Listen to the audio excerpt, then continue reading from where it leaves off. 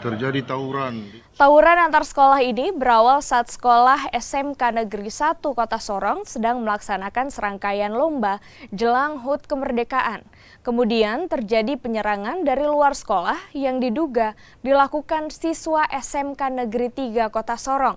Petugas kepolisian pun diterjunkan untuk mengamankan lokasi tawuran demi mencegah tawuran susulan. Akibat tawuran ini seorang siswa diamankan karena membawa senjata tajam.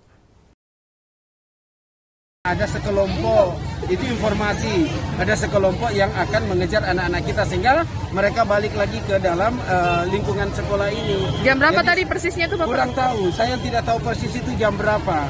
Jadi nanti yang tahu ini nih, saya punya guru satu ini yang dari staf siswaan, mereka nanti kasih informasi jam berapa karena kami sementara ada kegiatan untuk workshop pengembangan media pembelajaran. Sekolah itu ya. Namun biasa anak-anak remaja, anak-anak itu aja saling mengejek.